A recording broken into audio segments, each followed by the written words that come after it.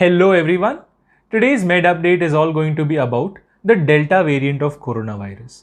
Now Delta variant जो है has become the new hot topic of corona pandemic, and that is why I thought that this video should help you understand what is the research proven data. Research के through हमारे पास क्या data है which helps us understand the Delta variant better. क्या Delta variant ज़्यादा फैलता है, क्या vaccines उसके अगेंस्ट इफेक्टिव है, और लास्टली क्या डेल्टा वाई वेरिएंट ज़्यादा सिवियर है. So before understanding all of this, certain basics about the delta variant. Delta variant को सबसे पहले डिस्कवर किया था इंडिया में इन अक्टूबर 2020. वर्ल्ड हेल्थ ऑर्गेनाइजेशन ने ऑलरेडी डेल्टा वेरिएंट को अ वेरिएंट ऑफ कंसर्न ऐसे नाम दिया है. नाउ डेल्टा ये वर्ड कहाँ से आया? डेल्टा के पहले क्या आएगा? अल्फा, बीटा और gamma. Alpha variant is called the UK strain और यूके वेरिएंट, यूके और Kent variant. The beta strain is also there. Beta variant was found in South Africa. फिर एक गामा वेरिएंट आया जिसको हमने फाइंड किया था ब्राज़ील में, और डेल्टा वेरिएंट है जिसको हमने फाइंड किया इंडिया में इन अक्टूबर 2020. नाउ इसका टेक्निकल नाम इज B.1.617.2. B.1.617.2. बहुत ही कंफ्यूजिंग सा टेक्निकल नेम है इसका, but that is how viruses are named. Now before understanding and answering all the questions that मैंने आपको पहले पूछा, before going to that, we need to understand that ये variant आया कहाँ से, यानी how is this variant formed? To understand that, we need to understand which is the protein which is undergoing mutation in corona, which is forming the delta variant, and उसके लिए हमको जानना चाहिए कोरोना का structure. So let's go to the whiteboard and understand what is coronavirus. So the first thing we need to understand about the coronavirus is the viral body itself. अभी मैं जो बना रहा हूँ, I am making the body of the corona virus. You can C a very angry looking corona virus आपकी तरफ बहुत गुस्से से देख रहा है.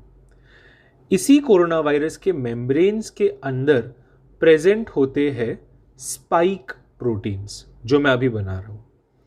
You can see the spike proteins resemble as if virus ने अपने अराउंड एक क्राउन पहना हुआ है, and that is true because corona itself means crown. So there is the viral body, and the very important part, there is the spike protein.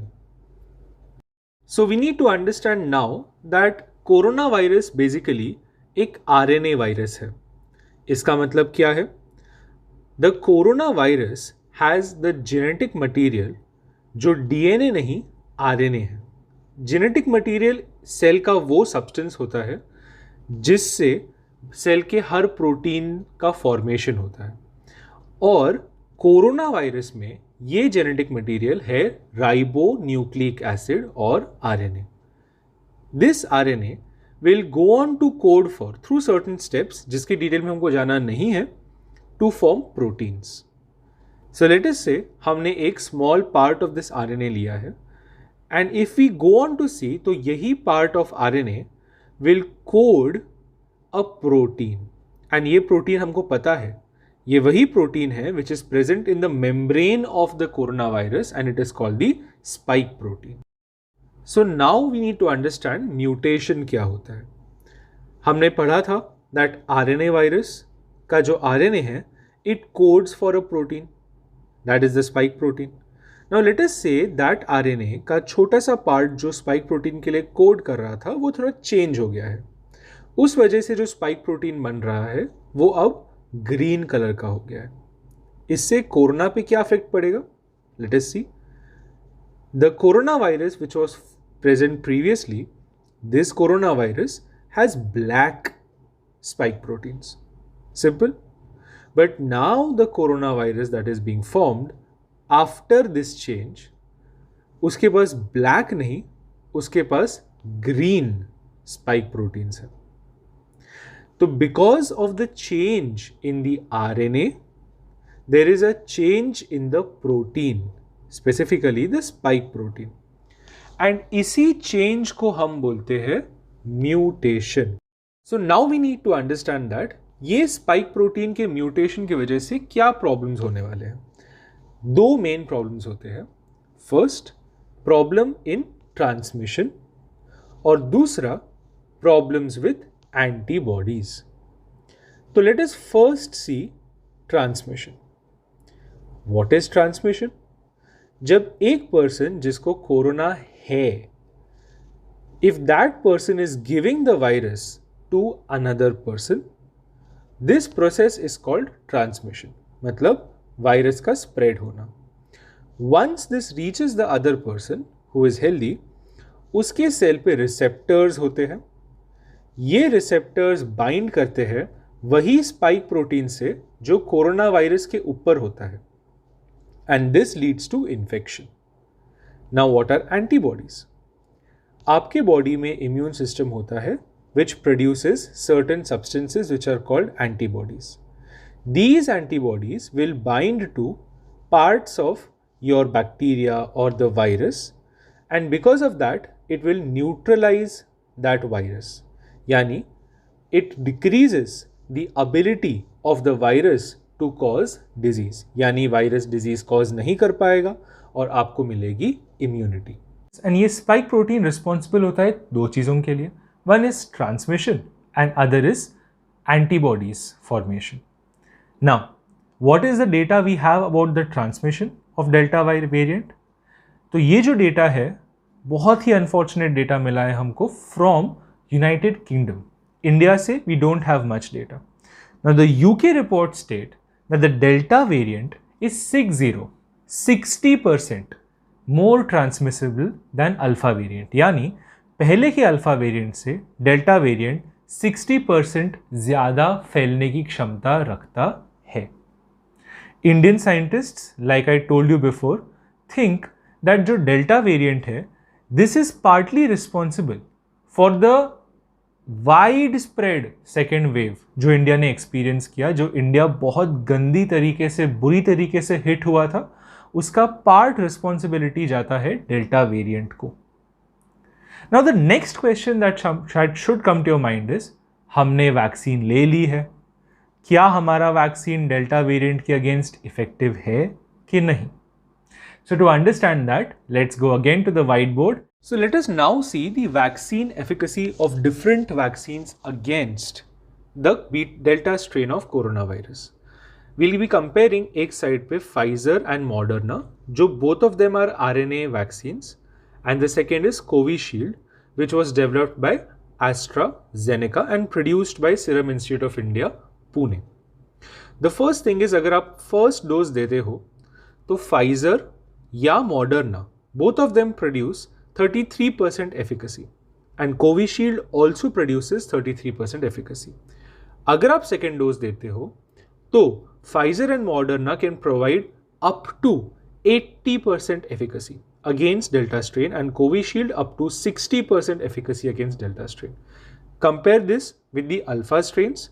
After first dose, Pfizer or Moderna provides 50% efficacy, Covishield provides 50% efficacy, and second dose के बाद Pfizer Moderna used to provide 93% efficacy, whereas Covishield provided 66% efficacy.